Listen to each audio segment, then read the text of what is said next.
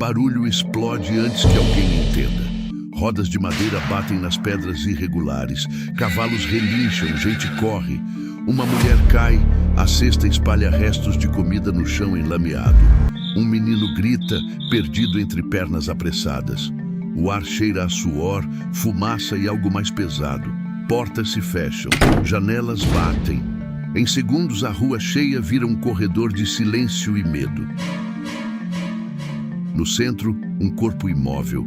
Ninguém se aproxima, ninguém pergunta. Porque quando a cidade entra em pânico, cada vida passa a valer menos que o próprio medo. Como era viver onde tudo parecia firme, até começar a desmoronar.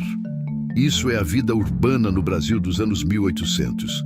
Não apenas ruas e casas, mas um organismo vivo pulsando dia e noite. Mercados, igrejas, portos, tavernas, oficinas, sobrados, gente chegando, gente partindo, gente tentando sobreviver. O extraordinário não era a cidade existir.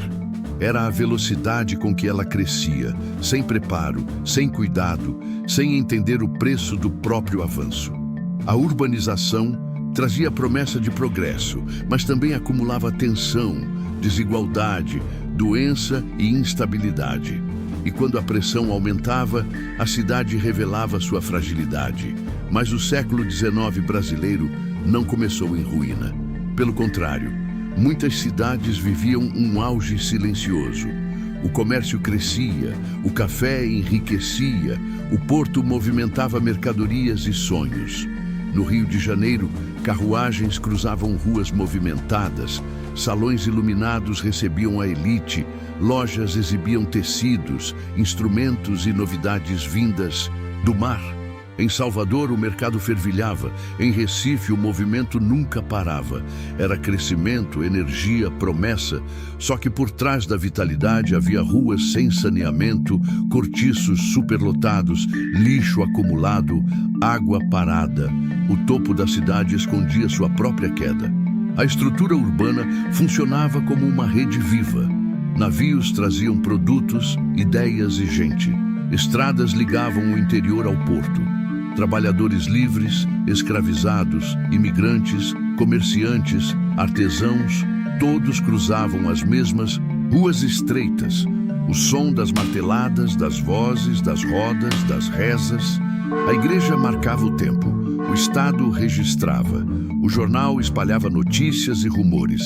E a cidade crescia rápido demais, sem entender que sua própria densidade preparava o terreno para o colapso. Quanto mais gente, mais pressão. Quanto mais movimento, mais risco. Mas o que desencadeava o caos, muitas vezes começava longe, invisível. Em águas paradas, nos porões úmidos, nos cantos escuros onde ratos corriam livres.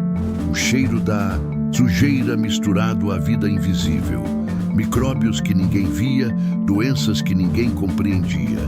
Um corpo adoecia, depois outro. Febre, tosse, manchas, fraqueza. No começo parecia algo comum, depois começou a se espalhar. O ponto de contato era sempre o mesmo. O porto, o coração da cidade. Navios chegavam, marinheiros desciam, mercadorias eram descarregadas. E junto com elas vinha o invisível. Um doente entre muitos, um sintoma ignorado, um erro humano. A cidade abria suas portas sem saber que também recebia sua própria crise. Então a propagação, bairro por bairro, rua por rua, casas marcadas pelo silêncio, portas fechadas, corpos levados às pressas, famílias fugindo, igrejas cheias de preces e medo, o comércio parando, o barulho da cidade diminuindo até virar eco. A vida urbana, antes vibrante, tornava-se frágil e incerta. As pessoas buscavam explicações. Alguns culpavam o ar, outros a água, outros o pecado. Remédios improvisados, rezas desesperadas, curas perigosas. Médicos limitados pelo conhecimento da época. Autoridades tentando conter o que não compreendiam.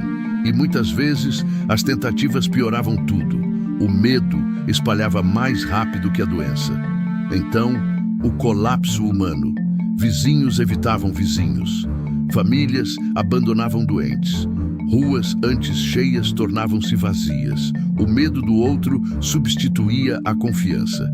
A cidade perdia seu tecido invisível, o vínculo humano. E quando isso se rompe, nenhuma muralha segura. O desespero trouxe radicalização. Procuravam culpados. Estrangeiros, pobres, marginalizados. Surgiam perseguições, violência, injustiça. O medo precisava de um rosto. E quando encontra, a razão desaparece. Mas a crise não ficou apenas na cidade. Espalhou-se para o interior. Vilas esvaziadas, estradas silenciosas, comércio interrompido, a natureza avançando sobre o abandono. O mundo urbano e rural respiravam o mesmo peso. Com o tempo, a tragédia começou a recuar. Não por vitória, mas por desgaste. Menos mortes, mais silêncio, mais sobreviventes. A cidade respirava de novo, mas não era a mesma. O mundo pós-crise nasceu transformado. Mudaram hábitos, leis, cuidados. A cidade aprendeu, ainda que lentamente, a olhar para sua própria fragilidade. Mas as marcas ficaram. Na memória, na arquitetura, na forma de viver. E hoje, quando olhamos para nossas cidades cheias, rápidas, barulhentas, será que somos tão diferentes? Ou apenas esquecemos que toda cidade viva também carrega o risco de colapsar? Eu sou a voz que atravessa o tempo, porque entender como eles viveram talvez seja a única forma de entender como ainda vivemos.